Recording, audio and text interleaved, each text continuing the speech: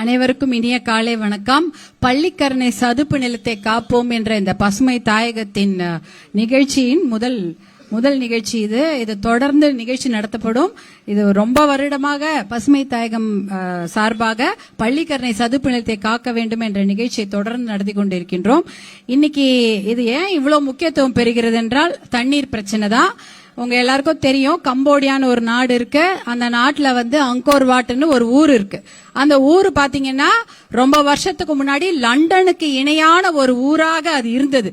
அந்த அங்கோர் வாட்ல பெரிய ராஜாக்கள், நம்ம இந்தியால இருந்து போன, தமிழ்நாட்டுல இருந்து போன ராஜாக்கள் தான் ஆண்டு இருக்கிறாங்க. ஜெயவர்மன், சிம்மவர்மன் அப்படின்னு ஆண்டு இருக்காங்க, சூரியவர்மன்லாம். அந்த ராஜாக்கள் அந்த அங்கோர் வாட்ல மிகப்பெரிய பெரிய கோவில்களையும் அரண்மனைகளையும் கட்டி வாழ்ந்துட்டு இருக்கிறாங்க.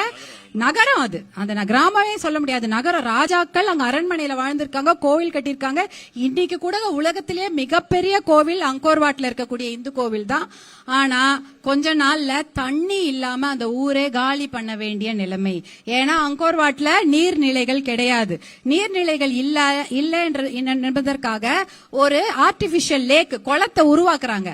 அப்படியும் தண்ணி பத்தல. ஏன்னா மக்கள் பெருக்கம் அதிகமாக ராஜாவும் ஊரை காலி பண்ணிடுறாரு, அந்த மக்களும் ஊரை காலி பண்ணிடுறாங்க. ஊரே காலி ஆயிடுது, சுடுகாடு ஆயிடுது. அந்த ஊரை அப்படியே காட்டுக்குள்ள விட்டுட்டு அவங்க எல்லாம் வெளியூருக்கு வந்துடுறாங்க. ஏன்? தண்ணி இல்லாததுனால. லண்டனுக்கு இணையாக வர வேண்டிய ஒரு நகரம் காட்டுக்குள்ளேயே மறைஞ்சு 800 வருஷம் காட்டுக்குள்ள மறைஞ்சு போய் கிடக்குது. கிட்டத்தட்ட 19வது நூற்றாண்டுல தான் அந்த நகரத்தை மறுபடி கண்டுபிடிச்சு ஒரு பிரெஞ்சுக்காரோ ஒரு போர்ச்சுகீஸ்காரனும் கண்டுபிடிச்சு வெளில கொண்டு வராங்க. இப்படிப்பட்ட ஒரு அருமையான ஒரு நகரம் கம்போடியாக்குள்ள காட்டுக்குள்ள இருக்குன்னு. ஏன் அந்த ஊர் காணாம போச்சே? தண்ணி இல்லை. இப்ப சென்னையில நீங்க சொல்றோம், நம்ம இது மிகப்பெரிய ஒரு நகரம், சிட்டி. சென்னை ஒரு மிகப்பெரிய வளரக்கூடிய ஒரு நகரம். இதுல ஏகப்பட்ட 1 கோடி பேர் இன்னைக்கு வாழறோம். நமக்கெல்லாம் தண்ணி வேணும். இந்த தண்ணியில எனக்கு வற்றாத ஜீவநதி தண்ணியில ஓடுதா? ஏதாவது ஓடுதுன்னா அடையார் நதி இருக்குதா? அதுல எப்ப தண்ணி வரும்? மழை பெய்யும் போது தான் தண்ணி வரும். கூவம் ஆறு இருக்கு, அது ஒரு நதி. அதுல தண்ணி குடிக்க முடியுமா? குடிக்க முடியாது. 3வது கொசஸ்தலை ஆறு, அது எங்க இருக்குதா? அது அந்த பகுதியில இருக்குது, எண்ணூர் பகுதியில இருக்குது, வட சென்னை. நம்ம பகுதியில, இந்த பகுதியில கிடையாது. அப்படின்னா 3 ஆறுகள் இருந்தும் சென்னை நகருக்கு தண்ணி கிடையாது. அடுத்தது யோசிச்சு பாருங்க, ஏரி குளங்கள் இருக்கிறதா சென்னையில? எதுவுமே கிடையாது. எல்லா ஏரி குளங்கள்லயும் அரசாங்கமே அவர்களுடைய அலுவலகங்களை அமைத்து விட்டார்கள். அதற்கு மேல வீடு கட்டிட்டாங்க. அப்ப தண்ணீர் சென்னைக்கு எப்படி வருகிறது? தண்ணீர் குடிப்பதற்கு எங்க இருந்து தண்ணி வருது? தண்ணியே கிடையாது.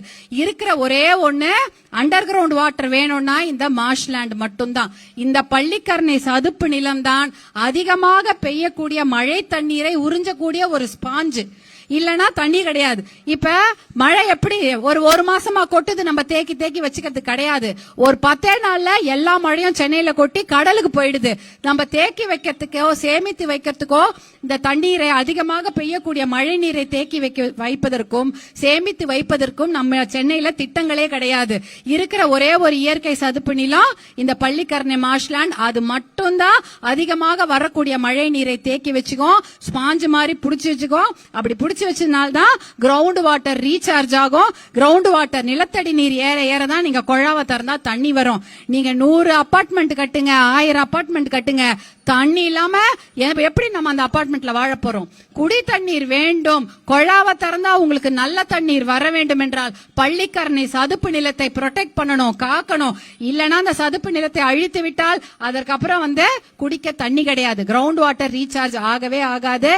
தென் சென்னையை வறண்டு விடும்னு பாருங்க, ஒண்ணுமே கிடையாது, குடிக்க தண்ணி இருக்காது.